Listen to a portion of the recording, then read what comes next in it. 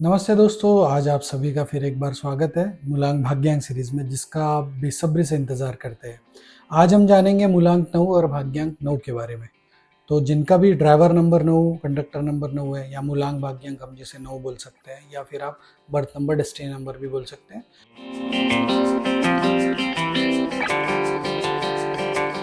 तो सबसे पहले तो जाने कैसे कि आपका मूलांक 9 और भाग्यांक 9 है।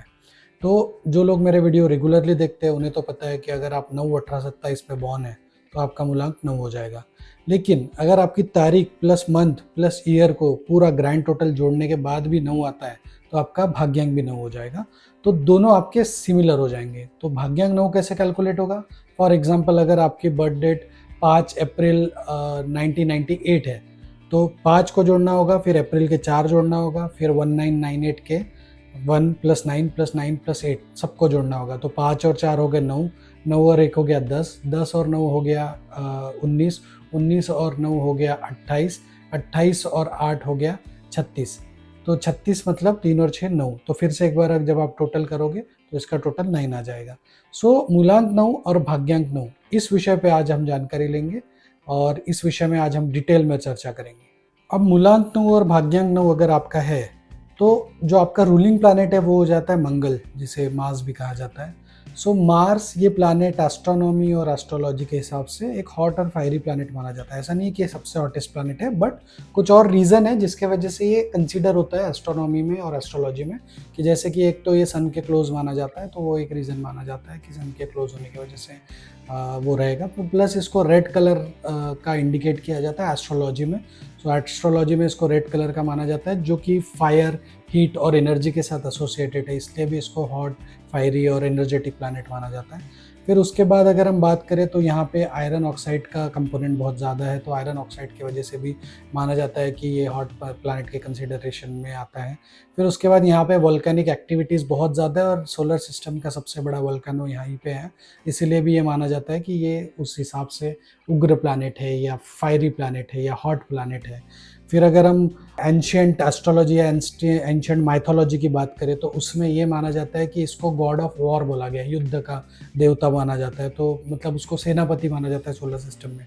तो जो सेनापति होता है वो तो एनर्जेटिक रहेगा, वो तो एग्रेसिव रहेगा, वो तो लड़ाई के लिए तत्पर रहेगा। तो यही सारी कंसिडरेशन के वजह से मार्स को एक हॉट फायरी प्लैनेट में कंसिडर किया जाता है।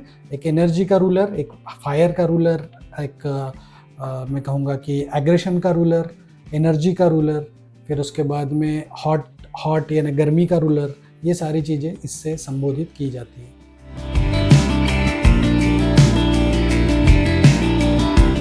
अब हम बात करेंगे मूलांक 9 और भाग्यांक 9 के बॉडी लैंग्वेज के बारे में। सो इनकी शारीरिक भाषा कैसी होती है? तो इनकी शारीरिक भाषा में एक आपको स्ट्रांगनेस दिखाई पड़ेगा, एक कॉन्फिडेंट पोस्चर दिखाई पड़ेगा, एक थोड़े से तत्पर रहते हैं। इनकी बॉडी लैंग्वेज कुछ भी चीज़ें करने के लिए रेडी रहती है, एक ईगरनेस होता है, चाहे तो भागना हो, चाहे दौड़ना हो, चाहे फाइट करना हो, एक ऐसा बॉडी लैंग्वेज में दिखाई पड़ता है। मैं ऐसा नहीं कहता सब लोग ऐसे होंगे, लेकिन हाँ, उनमें एक ईगरनेस, एक अर्ज, कुछ भी चीज़ के लिए रेडी होना, ये इनके पोस्चर में या इनके बॉडी लैंग्वेज में दिखाई पड़ती है। फिर डायरेक्ट आई कांटेक्ट, बहुत सारे मूलांक वाले लोग ऐसे हैं कि कई बार डायरेक्ट आई कांटेक्ट नहीं बना पाते, लेकिन मूलांक 9 आपके आंखों में आंखें डालने से बिल्कुल नहीं डरेगा। चाहे आप उसके बॉस हो, चाहे आप उसके एनिमी हो, चाहे दोस्त हो, चाहे आप उसको डर भी लग रहा हो, लेकिन वो direct eye to eye contact रखता है। ये एक चीज़ उनमें देखी जा सकती है। इनके जेस्चर थोड़े से फर्म होते हैं, मतलब एक स्ट्रांग होते हैं, फर्म होते हैं। असर्टिवनेस इनके इसमें दिखाई देता है, एक फोर्सफुल, एक डिसीजिव बॉडी लैंग्वेज की तरफ भी इनकी बॉडी लैंग्वेज होती है। साथ ही इनकी रैपिड मूवमेंट्स होती है, इनकी बॉडी की, इनके हैंड की और बहुत सारी मूवमेंट की। जैसे अगर बैठे हैं तो हो सकता है कि पैर इनके चलते रहे, या हो सकता है कि अगर आप बात कर रहे हैं तो हैंड का बहुत अच्छा यूज़ करते हैं बात करते हुए, वगैरह वगैरह। सो ये चीज़ें भी इनके इसमें देखी जा सकती हैं।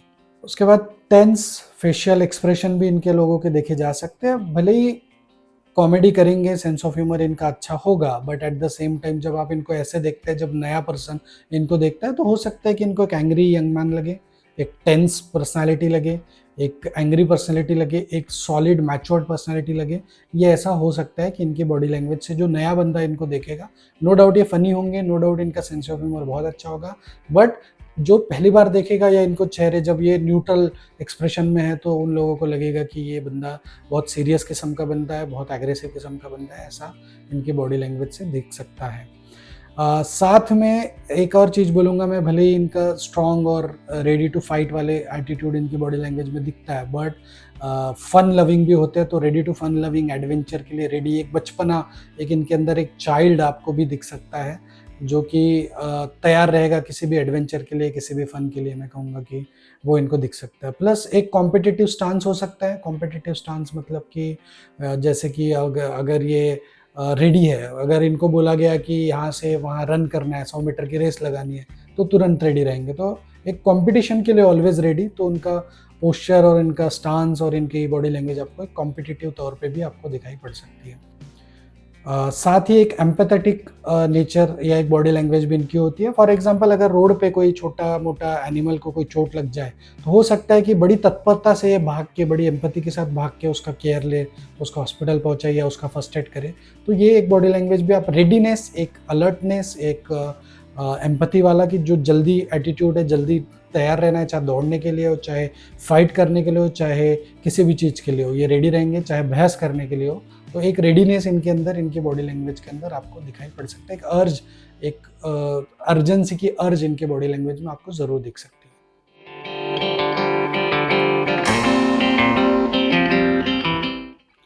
अब मूलांक 9 और भाग्यांक 9, जिनका भी मूलांक 9 है और भाग्यांक 9 है, ऐसे लोगों के अगर हम स्वभाव की बात करें, तो इनके स्वभाव में 2-3 चीज़ें आपको ज़रूर मिलेगी। वो है कि इनका एक कॉन्फिडेंस, वो हमेशा इनके पास हाई होगा। करेजियस मतलब किसी भी चीज़ की हिम्मत करने में ये आगे पीछे नहीं देखेंगे। इसके वजह से एक्शन ओरिएंटेड भी हो जाते हैं, तो ये पहले एक्शन ले लेते हैं, बाद में सोचते हैं कि उसमें क्या होगा क्या नहीं होगा, या तुरंत एक्शन लेने के लिए कई बार सोचते भी नहीं है कि इसका कॉन्सिक्वेंसेस क्या होंगे और एक्शन ले लेते हैं। तो एक एक्शन ओरिएंटेड हो जाते हैं, एक गोल ओरिएंटेड हो जाते हैं, कॉन्फिडेंट हो जाते हैं, करेजियस हो जाते हैं।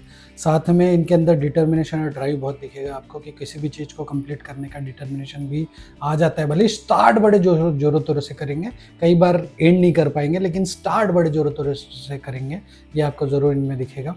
एक अपनी चीज़ के लिए या अपनी किसी भी चीज़ के लिए अपना पार्टनर हो, अपना लाइफ पार्टनर हो, या अपना बच्चा हो, अपनी चीज़ें हो, अपनी गाड़ी हो, इसके लिए एक इनके पास एक पॉजिटिवनेस दिखेगा, उसके लिए पैशन दिखेगा अपनी चीज़ के लिए। और साथ ही एनर्जी की कमी नहीं होगी, ये दिन रात काम कर सकते हैं। अगर आप इनको 24 घंटे में से 20 घंटे भी काम करा लो तो भी वो रेडी रहेंगे। इवन अगर आपके घर में बच्चे मूलांक 9 भाग्यांक 9 वाले, तो हो सकता है कि वो रात को 1 बजे तक भी थके नहीं, खेलते रहे।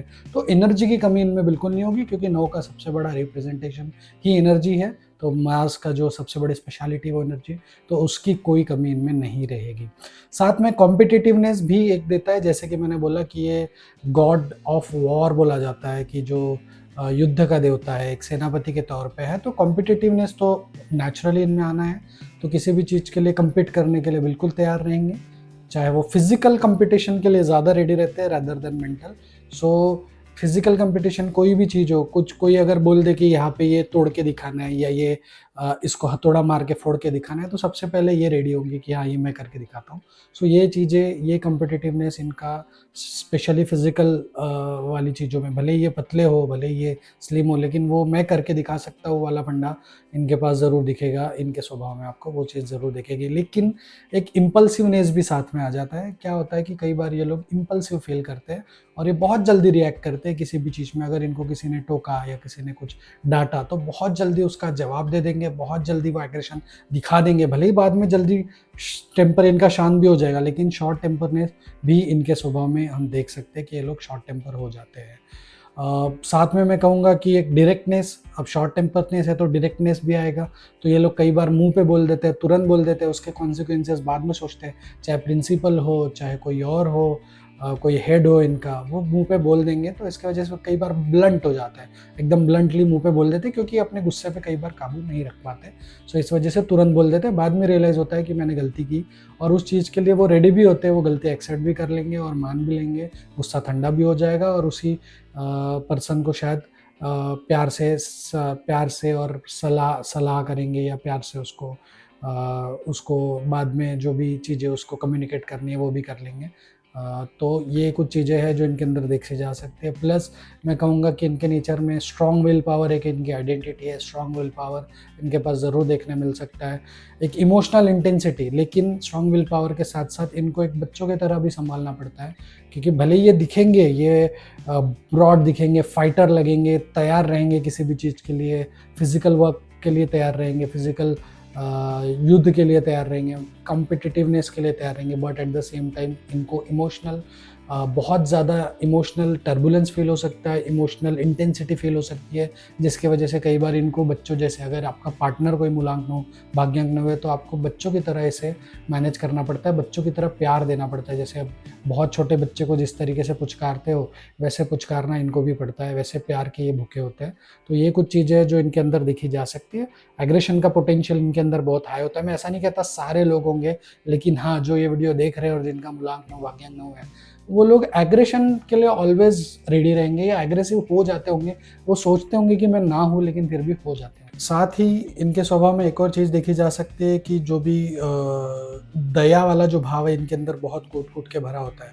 सो ये किसी की मदद करने के लिए बोलो, या किसी छोटे-मोटे एनिमल, रोड चढ़ते वाले, रोज़ राह चलते एनिमल को लेके हो, या ऐसी चीज़ों में बड़ा इनको प्यार हो सकता है। छोटा-मोटा कुत्ता हो जो रोड पे चल रहा हो और उसको साइड करना है, तो ये एक चीज़ इनके अंदर देखी जा सकती है। एक दया माया वाला भाव, किसी के लिए कर गुजरने वाला भाव, किसी का एक्सीडेंट होता है तो आगे रह के उसको हॉस्पिटल पहुंचाने वाला जो एक एम्पैथी होती है, वो इनके अंदर ज़रूर दिखाई पड़ सकती है इनके स्वभाव में, जो कि इनकी एक अच्छी क्वालिटी कही जा सकती है।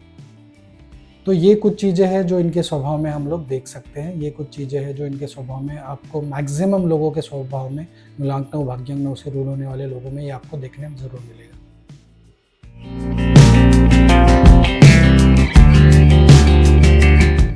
अब हम बात करते हैं मूलांक 9 भाग्यांक 9 की खासियत क्या है। तो इनकी खासियत में मैं एक चीज़ बोलूँगा कि ये लोग जो इनके अंदर जो निडरता होती है, जो एक साहसी प्रवृत्ति के होते हैं, उस वजह से ये लोग किसी भी काम को या किसी भी चीज़ को, टास्क को पूरा करने में पीछे नहीं हटते या कर सकते हैं। तो उनके अंदर वो एक ज़िंदा दिली आ जाती है, जिसकी वजह से कोई भी डेयरिंग जो बोलते हैं ना, चाहे एवरेस्ट पे चढ़ना हो, चाहे कोई मैराथन जीतना हो, चाहे कुछ और करना हो, तो टारगेट अचीव करने के लिए जो साहस लगता है वो इनके पास होता है, और उसको इन्होंने यूटिलाइज़ करनी चाहिए। ये इनकी सबसे बड़ी खासियत हो सकती है, जिसको इन्होंने यूटिलाइज़, मतलब अपनी डेयरिंग को इन्होंने अपनी पावर बनानी चाहिए। अपना साहसी नेतृत्व, अपना साहस जो है, अपना जो डेयरिंग है, इसको यूटिलाइज़ करना चाहिए। कोई भी टास्क, चाहे वो मेंटल टास्क हो, चाहे फिजिकल टास्क हो, उस कंप्लीट करने के लिए उसको यूटिलाइज़ करना चाहिए। तो मैं ये कहूँगा कि इनकी ये सबसे बड़ी खासियत है।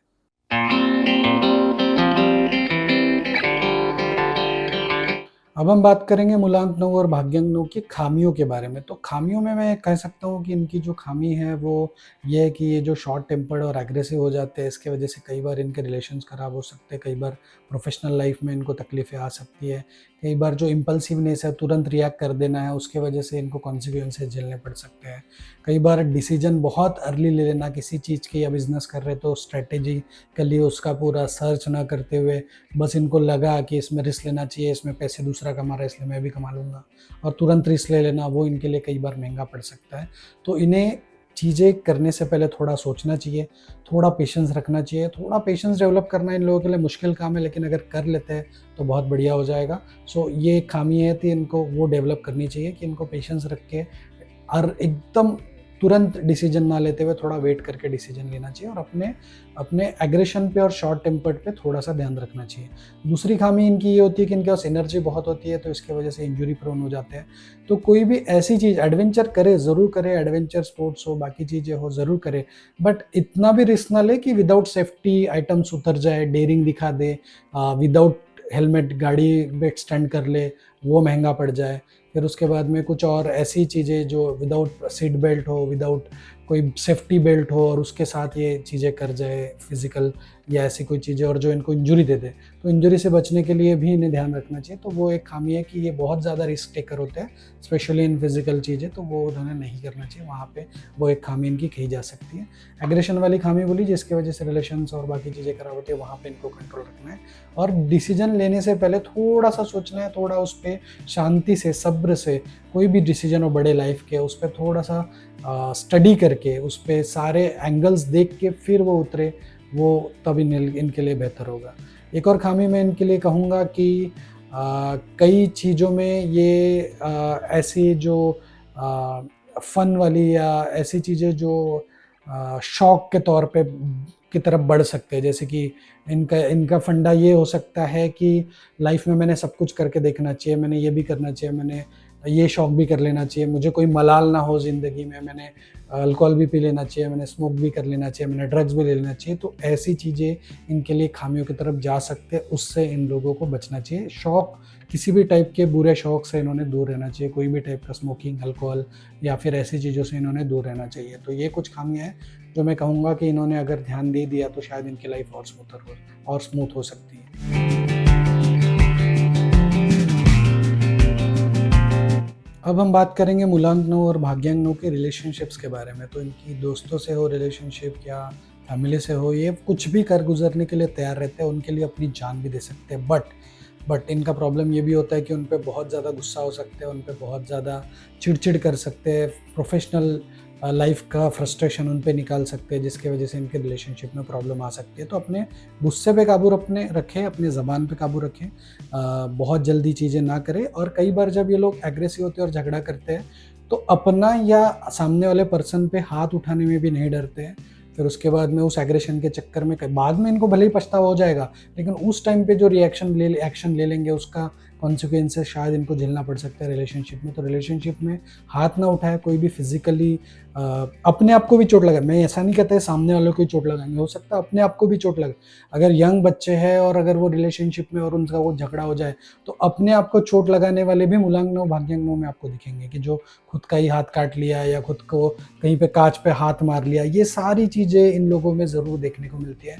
तो इन चीज़ों से बचें, इन चीज़ों पे ध्यान रखें, ठंडे दिमाग से काम लें, थोड़ा टाइम जाने दें और अपना गुस्सा शांत होने के बाद उस चीज़ पर डिस्कस करें, तो शायद आपकी रिलेशनशिप बहुत स्मूथ हो सकती है। तो रिलेशनशिप के लिए मेरा एक सजेशन है कि आप लोगों को अपने गुस्से पे काबू रखना है। और कोई नुकसान, ये सिर्फ फिजिकल नुकसान नहीं, कभी कभार मोबाइल फोड़ देना, कोई चीज़ तोड़ देना, टीवी फोड़ देना, ऐसी चीज़ें भी ये लोग करते हैं। और बाद में रियलाइज़ होता है कि मैंने गलती कर दी, लेकिन तब तक आप पैसे का नुकसान कर चुके हैं। तो ऐसे नुकसान से बचें। तो रिलेशनशिप में इन चीज़ों पे आपको ध्यान रखना चाहिए।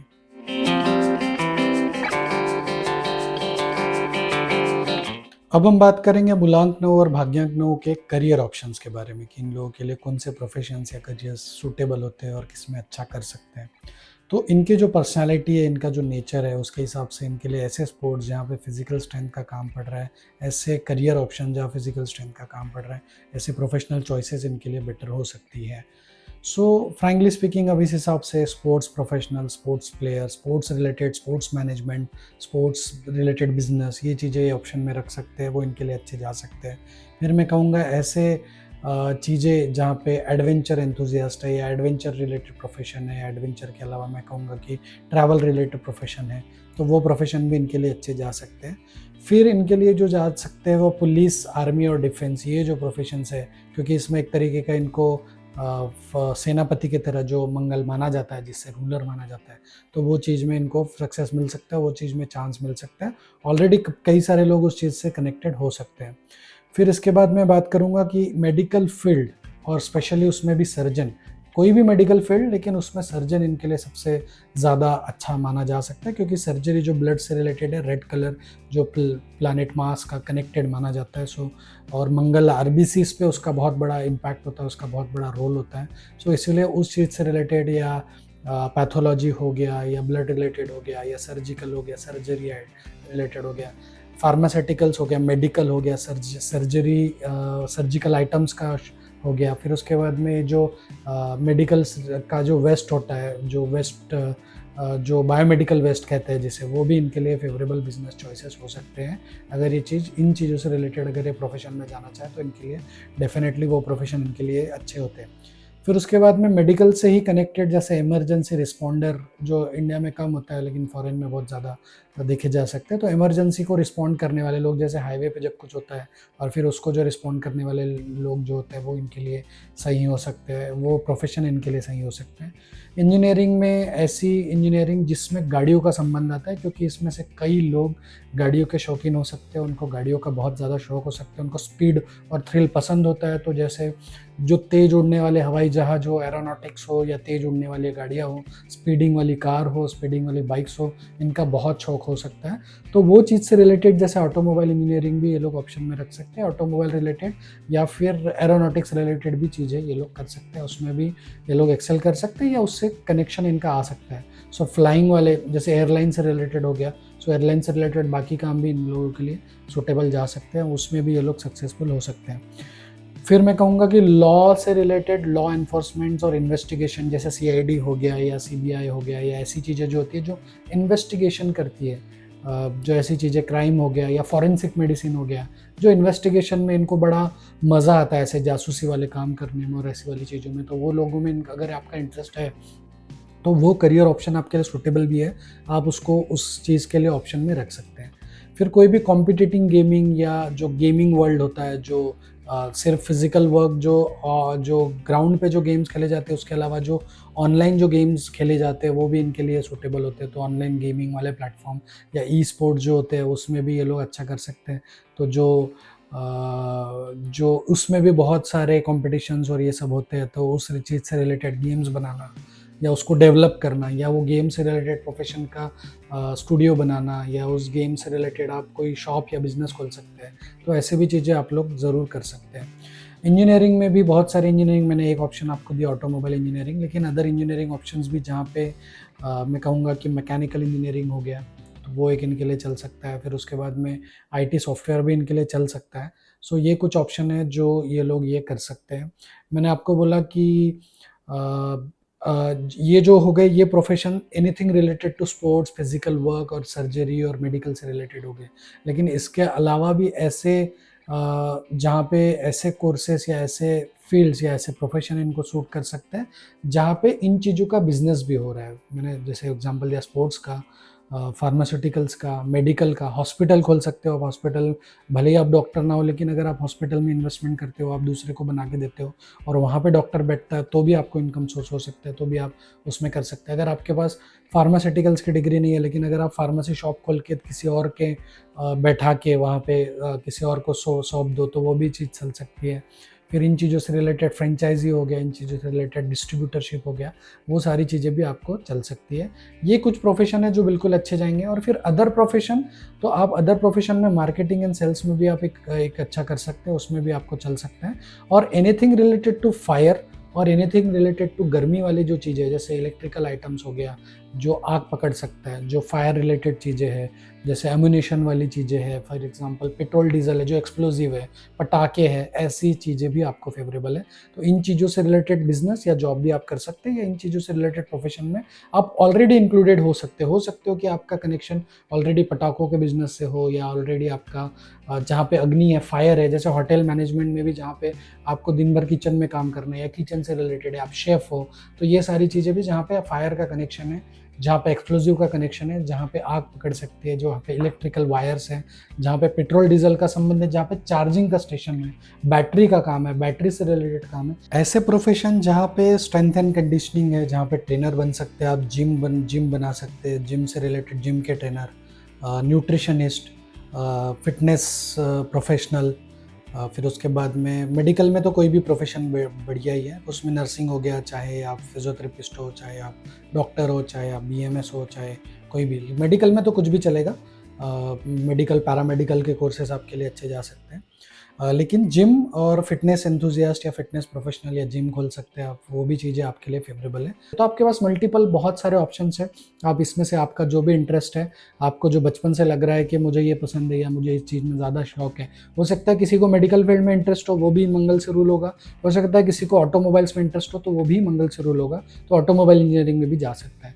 तो मल्टीपल ऑप्शन है, आप इसमें से करियर चॉइसेस चुन सकते हैं। अगर आपका बेटा या आपका कोई छोटा बच्चा है जो मूलांक नौ भाग्यांक नौ से कनेक्टेड है, या फिर अगर आप खुद है और इन चीज़ों से रिलेटेड बिजनेस सोच रहे थे पहले से, तो आप ये चीज़ों में बिजनेस कर सकते हो। ये चीज़ें आपको फेवरेबल जाएगी, ये चीज़ें आपके लिए लाभी जाएगी। हो सकता है कि कई लोग ये प्रोफेशन में रिलेटेड ऑलरेडी हो, जो ये मेरा वीडियो देख रहे हैं, हो सकता है कि कई लोग इससे कनेक्टेड ऑलरेडी हो। तो मैं कहूँगा कि ये कुछ प्रोफेशंस हैं जो आपको ट्राई करनी चाहिए ज़िंदगी में, 1-2 बार तो भी आपने ज़रूर ये चीज़ें ट्राई करनी चाहिए।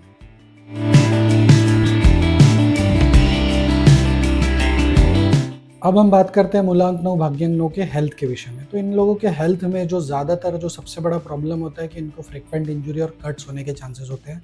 छोटी मोटी चोटें, मतलब जहाँ चोट मौजूद होगा वहाँ ये लोग मौजूद होंगे। ऐसे वाले किस्सा मैं इनके बारे में कहता हूँ, हमेशा से कहता हूँ और कई बार देखा है।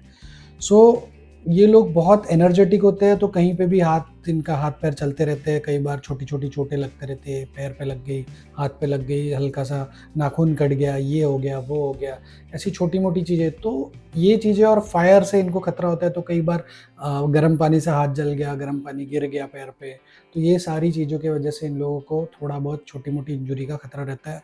ये चीज़ों से इन्होंने बचना चाहिए।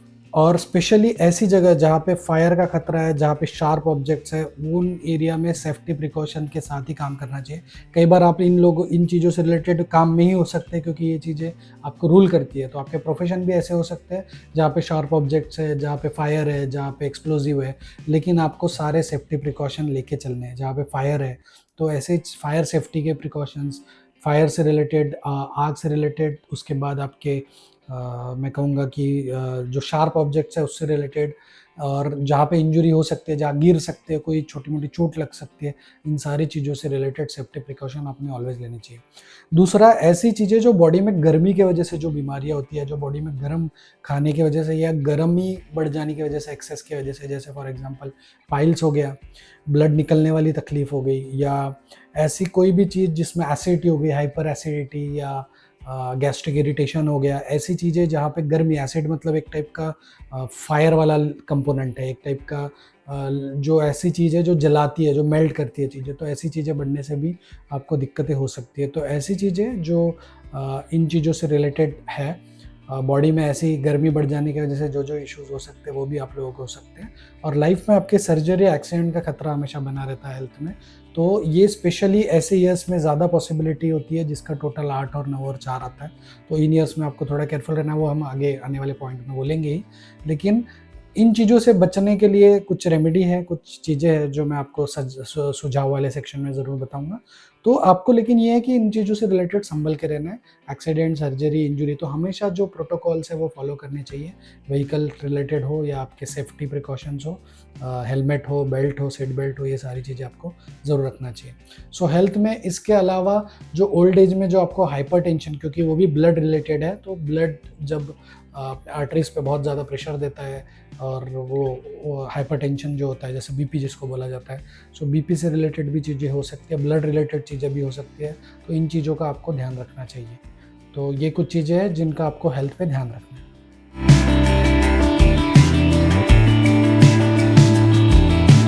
अब हम बात करते हैं मूलांक नौ और भाग्यांक नौ के लकी और अनलकी चीज़ों के बारे में। तो क्या क्या आपको शुभ जा सकता है, क्या क्या अशुभ हो सकता है। सो सबसे पहले जो लकी नंबर है वो आपका 6 है। 9 भी आपके लिए लकी है, लेकिन 9 में एक ड्रॉबैक है कि ये नंबर, जैसे हर सिक्के के 2 पहलू होते हैं, तो उसका साइड इफेक्ट ये है कि आपको कभी कभी इंजरी, एक्सीडेंट या सर्जरी दे सकता है।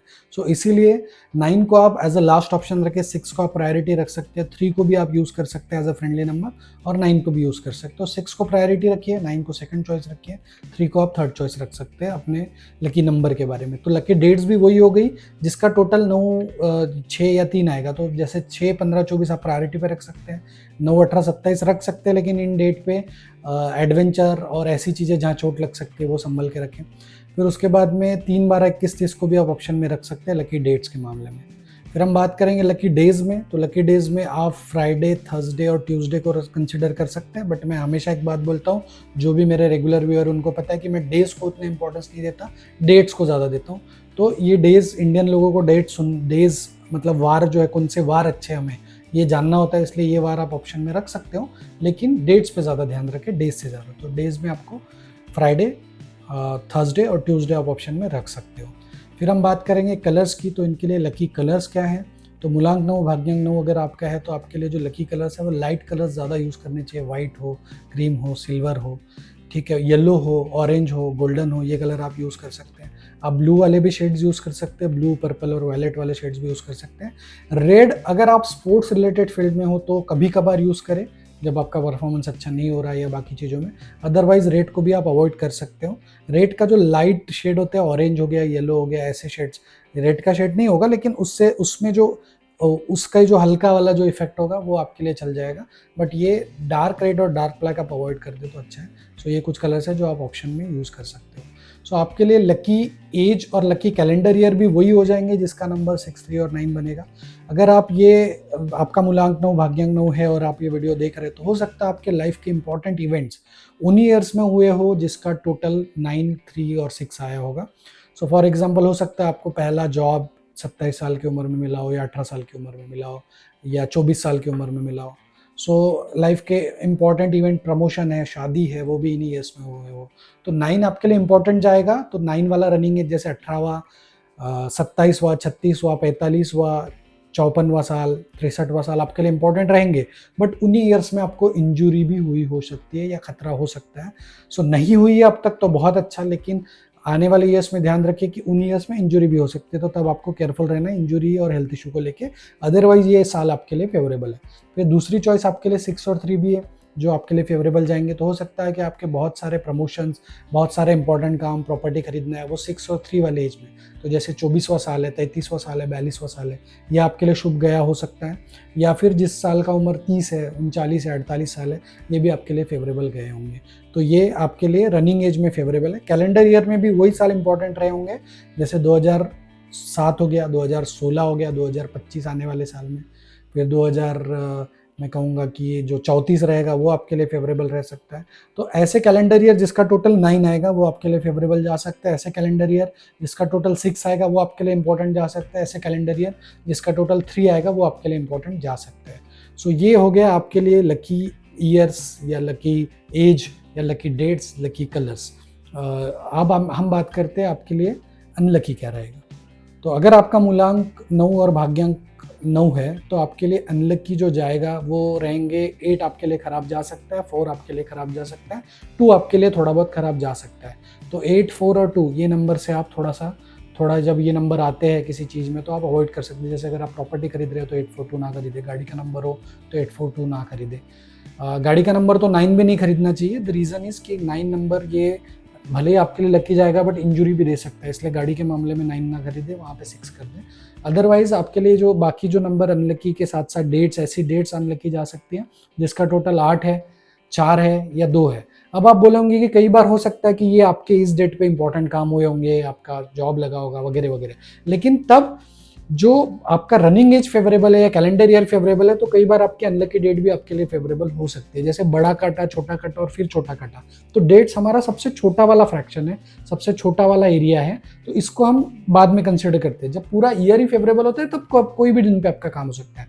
लेकिन अगर आपके हाथ में अवॉइड करना है तो आप ये डेट्स अवॉइड करें अपने इंपॉर्टेंट काम के लिए। हो सकता है इस दिन आपके काम उतने अच्छे से ना बने जितने 9, 6 और 3 वाले डेट्स पे बने। तो आप क्या करिए कि जिसका टोटल 8 है, 4 है और 2 है, ऐसे डेट्स को आप अवॉइड कर सकते हैं। तो 8, 17, 26, फिर उसके बाद 4, 13, 22, 31 और 2, 11, 20, 29 को आप अवॉइड कर सकते हैं। इंपॉर्टेंट काम के लिए, शुभ कार्यों के लिए, अपने ऑस्पिशियस वर्क के लिए आप उसको अवॉइड कर सकते हैं। मीटिंग हो गया, इंटरव्यू हो गया, अगर ये आपके हाथ में शेड्यूल करना है तो ये डेट्स को अवॉइड कर सकते हैं।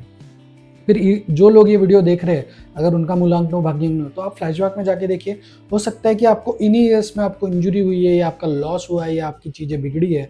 तो जो भी रनिंग एज आपका 8, 4 और 2 पे आया होगा, फॉर एग्जांपल जब आपका रनिंग एज 26 होगा, 35 होगा, 44 होगा, या आपका रनिंग एज 31 होगा, 22 होगा या 40 होगा, उन वर्षों में आपको तकलीफ गई होगी। और 2 जिसका टोटल आता है, जैसे 29वां साल है, 38वां साल है, 47वां साल है, तब भी आपको तकलीफ हुई होगी या फ्यूचर में हो सकती है। तो इन ईयर्स में रिस्क ना ले, थोड़ा केयरफुल रहें, इन ईयर्स में थोड़ा सा बच के रहें। तो ऐसी ये रनिंग एज की बात होगी। तो कैलेंडर ईयर के भी जिसका टोटल 2015 है, 2024 है या 2000 मैं कहूँगा 6 था, आने वाले ईयर्स में हो सकता है 2033 हो, ये आपको थोड़ी तकलीफ दे के जा सकते हैं। तो जिसका जैसे कैलेंडर ईयर 8 हो गया, वैसे 4 भी, जैसे 2020 हो गया, 2029 हो गया, 2038 हो गया, ये भी आपके लिए थोड़ी बहुत तकलीफें लेके आ सकते हैं। तो इन ईयर्स में तो जिस कैलेंडर ईयर का टोटल 8 आता है, 4 आता है और 2 आता है, आप अगर उसमें रिस्क ना लें, आप थोड़ा सा केयरफुल रहे, अपना रूटीन चेकअप कर लें, फाइनेंशियल इन्वेस्टमेंट बड़ी ना करें, तो शायद आपकी लाइफ स्मूथ हो जाएगी। तो ये हो गया आपके लिए कि कौन से ईयर्स ये है। डेज में मैं बोलूँगा कि सैटरडे आप अवॉइड कर सकते हो, कलर में मैं बोलूँगा कि ब्लैक आप अवॉइड कर सकते हो। तो ये कुछ चीज़ें हैं जो आपके लिए खराब जा सकती है, अनफेवरेबल जा सकती है। मैं ऐसा नहीं कहता कि एवरी सिंगल टाइम आपके लिए सैटरडे खराब होगा, हो सकता है सैटरडे पे आपका फेवरेबल डेट हो तो नहीं जाएगा, लेकिन एक जनरल गाइडलाइन आप लोगों को चाहिए होती है मुझसे, तो ये एक जनरल गाइडलाइन है जो आप लोग यूज़ कर सकते हैं, फॉलो कर सकते हैं अपने इंपॉर्टेंट के। काम तो आपको भी करना है, मुझे भी करना है, लेकिन अगर हम ये डेट पे ना करते हुए ये डेट पे करते तो हो सकता है कि उस दिन आगे वाले का मूड अच्छा हो और आपका जल्दी काम को रिस्पॉन्ड हो जाए, उस दिन आपका बिना देरी से काम हो जाए, तो आपके एफर्ट्स बचेंगे, आपकी मेहनत बचेगी, आप वो टाइम किसी और चीज़ के लिए यूटिलाइज कर पाओगे। तो ये बस सिंपल हैक है न्यूमरोलॉजी के जो हमें यूज़ करने होते हैं लाइफ में। तो ये हो गया आपके लिए अनलकी वाले सेक्टर्स।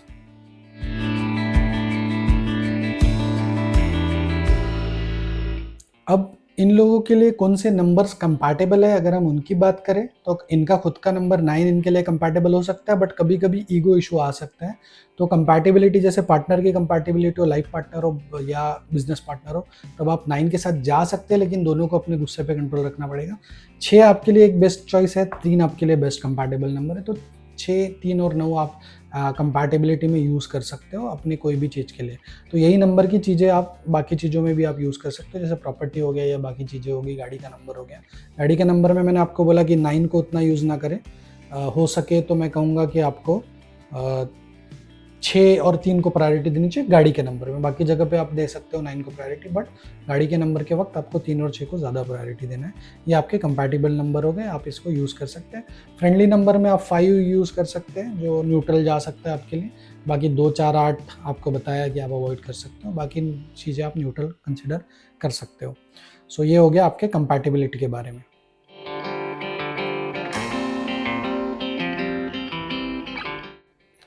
अब बात करते हैं सजेशन की। मेरे पर्सनल सजेशन मूलांक 9 भाग्यांक 9 के लिए क्या रहेंगे, और अगर आपका ये कॉम्बिनेशन है मूलांक 9 भाग्यांक 9, तो आपको क्या केयर लेनी चाहिए। तो मैं 2-3 इंपॉर्टेंट चीज़ें बोलूँगा जो आप पे सबसे ज़्यादा ध्यान रखनी है। तो पहली इंपॉर्टेंट चीज़ कि आप अपने गुस्से पे कंट्रोल रखें। कई बार आपको नहीं पता चलता, आपके लिए वो नॉर्मल चीज़ है, लेकिन वो बाहर से जो आपको जो लोग देख रहे हैं, जो दुनिया देख रही है, वो चीज़ के लिए उसका नेगेटिव इम्पैक्ट जा सकता है। आपके प्रति उनका मनमुटाव हो सकता है, आपके प्रति उनका जो दूरी है, डिस्टेंस बढ़ सकता है, जिसकी वजह से आपके रिलेशंस इम्पैक्ट हो सकते हैं, प्रोफेशनल या पर्सनल। तो अपने गुस्से पे और ज़ुबान पे थोड़ा सा कंट्रोल रखें, अपने एग्रेशन को थोड़ा सा बचा के रखें, और हर चीज़ के लिए हर समय तत्पर ना रहे लड़ने के लिए या फाइट करने के लिए। तो थोड़ा सा बचे इन चीज़ों से।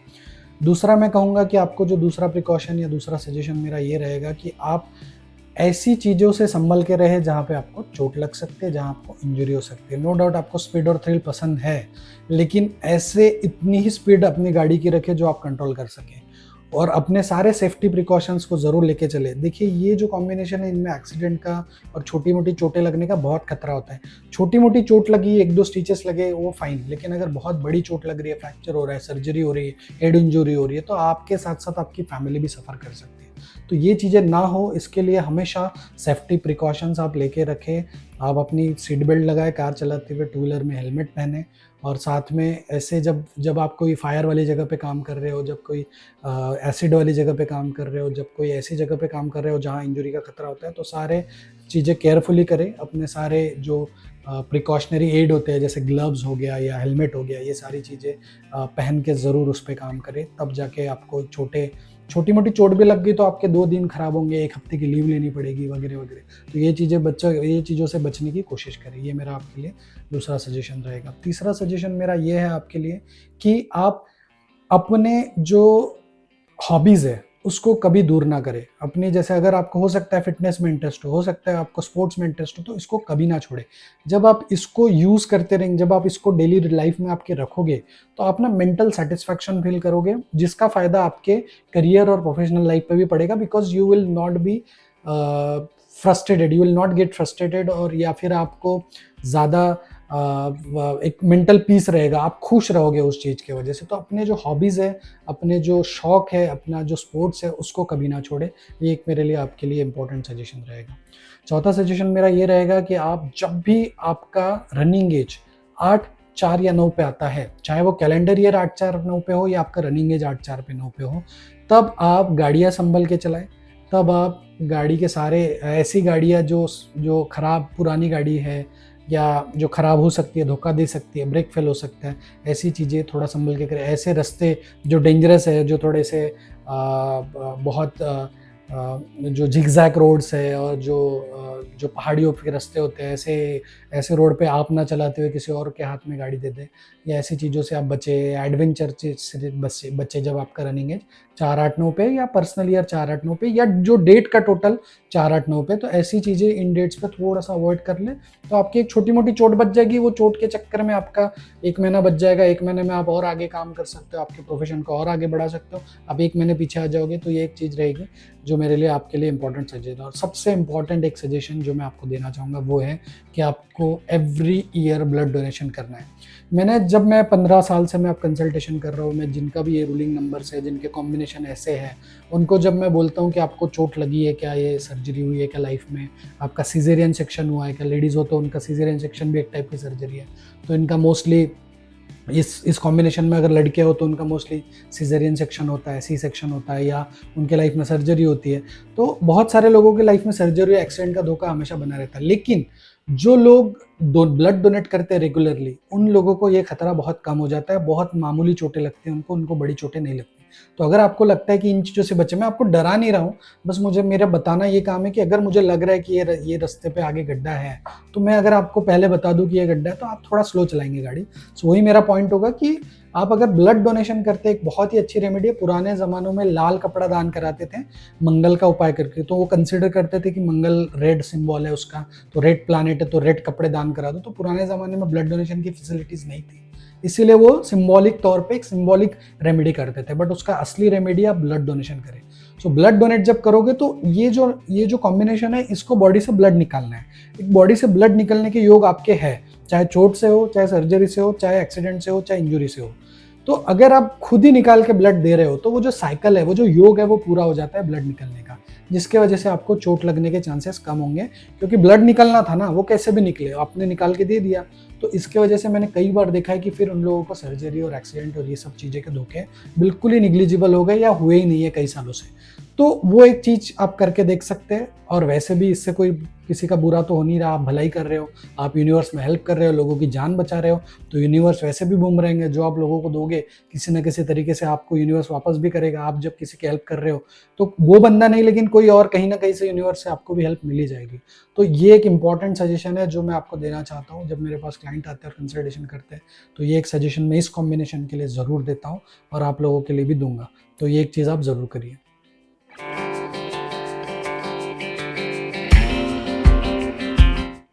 अगर हम मूलांक नव और भाग्यांक नव के व्यक्ति विशेष उदाहरण की बात करें, तो व्यक्ति विशेष उदाहरण में मैं आज उदाहरण लेना चाहूँगा प्रियंका चोपड़ा का, जो कि ना सिर्फ बॉलीवुड में बल्कि हॉलीवुड में भी अपनी एक्टिंग का सिक्का जमा चुकी है। उनकी जो बर्थ डेट है वो है 18 जुलाई 1982। अगर हम 18 का टोटल करते हैं तो 1 और 8 9 मूलांक तो हो ही जाएगा, लेकिन 18 जुलाई 1982 को अगर ऐड करते हैं तो 1 और 8 9, 9 और 7 16, 16 और 1 17, 17 और 9 26, 26 और 8 आएगा 34, 34 और लास्ट के 2 मतलब 36। तो 36 यानी 3 और 6 को फिर टोटल करेंगे तो आएगा 9।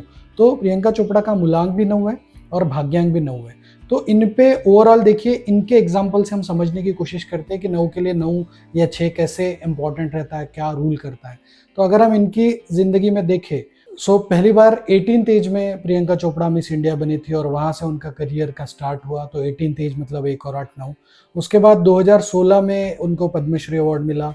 2016 का अगर हम टोटल देखते हैं तो 2 और 0 और 1 और 6 9। फिर उसके बाद में उनको उसी साल उन्होंने प्रोडक्शन मतलब पहली बार प्रोड्यूसर बने और उन्होंने एक मराठी मूवी वेंटिलेटर बनाई और वो भी नेशनल अवार्ड मिला उसको भी। फिर वर्ष 2022 में उन्हें मोस्ट इन्फ्लुएंशियल पर्सनालिटी के रूप में काउंट किया गया। उसके बाद एक इंटरव्यू में उन्होंने डीएनए को दिए हुए इंटरव्यू में एक बात कही थी कि जब वो छोटे थे और वो आर्मी बैकग्राउंड से, उनके मदर फादर दोनों आर्मी में थे, तो आर्मी का कनेक्शन डायरेक्टली नहीं आया बट इनडायरेक्टली उनके साथ आ गया। और वो लेह में रहते थे और वहाँ पे वो रेस लगाया करते थे टॉप पे जाने के लिए, जहाँ पे एक स्तूप था और वहाँ पे जाने के लिए वो रेस लगाया करते थे। उन्होंने एक इंटरव्यू में कबूल किया। तो एक लेडी होके भी एथलेटिज्म उनके अंदर पहले से दिखता है। इवन उनकी कुछ मूवी देखी है जिसमें उन्होंने एक्शन स्टंट खुद किए हैं। मैरी कॉम में एज अ प्लेयर उन्होंने परफॉर्म किया, जिसके लिए उनको अवार्ड भी मिला। सो एज 9 नंबर स्पोर्ट्स का कार्य किया, स्पोर्ट्स वाली फिल्म में। भले ही वो डायरेक्टली स्पोर्ट्स में नहीं इन्वॉल्व हुए, लेकिन स्पोर्ट्स फिल्म के थ्रू उन्होंने एक जागरूकता लाई और उसके लिए उनके लिए अवार्ड भी मिला और वो उस बहुत काफ़ी सराहना भी मिली उस चीज़ के लिए। सो वो 9 नंबर का कनेक्शन वहाँ दिखता है। फिर उनके कई सारे, अगर आप उनको सोशल मीडिया पे फॉलो करते हैं तो उन्होंने रेगुलरली कई सारे इंजुरीज़ के फ़ोटोज़ पोस्ट किए हैं कि उनको कई बार ब्लड निकलता रहता है ड्यूरिंग शूट्स, और वो हमेशा पोस्ट करते रहे कि उनको फ्रिक्वेंटली इंजुरीज़ होते रही है। कई इंजुरीज़ के बाद वो एक्शन स्टंट खुद परफॉर्म करते हैं। ये सारी उन्होंने कई बार चीज़ें मेंशन की है। उसके बाद उन्होंने एक उनका नोज़ का सर्जरी हुआ था, जो उनका नोज़ कोलैप्स्ड हो गया था ड्यूरिंग सर्जरी, करेक्टिव सर्जरी, और जिसकी वजह से वो काफ़ी डिप्रेशन में भी आ गए थे। तो वो चीज़ भी हुई है उनके साथ। तो मैं कहूँगा कि सर्जरी का कनेक्शन, भले ही करेक्टिव सर्जरी हो, लेकिन सर्जरी उनके लाइफ में आई है। फिर उसके बाद उनके एज के 36 एज में उनकी शादी हुई है। तो 36 का टोटल एक बार फिर देखिए, 3 और 6 9। तो बार बार ये प्रूव हुआ है कि उनके लिए वो 9 नंबर या 6 नंबर उनके लिए काम किया है। तो शायद अगर आपके लाइफ में भी 9 और 6 का रोल है तो आप उसको यूटिलाइज़ कर सकते हैं। आप इस एग्जाम्पल से ये समझ सकते हैं कि आप भी किस तरीके से अपने फेवरेबल ईयर्स को यूटिलाइज कर सकते हैं। ना सिर्फ प्रियंका चोपड़ा का यही, बल्कि जो चैरिटी में भी उन्होंने बहुत काम किया है। उन्होंने पेटा के लिए भी काम किया है। पेटा जो कि एनिमल से रिलेटेड एक एनजीओ टाइप है, और जिसके लिए उन्होंने एक रोबोटिक एलिफेंट का बहुत ही ज़्यादा अवेयरनेस प्रोग्राम चलाया था यूएस में और उस फॉरेन कंट्रीज़ में, जो एलिफेंट से लेके बच्चों में जागरूकता लाने के लिए किया था उन्होंने।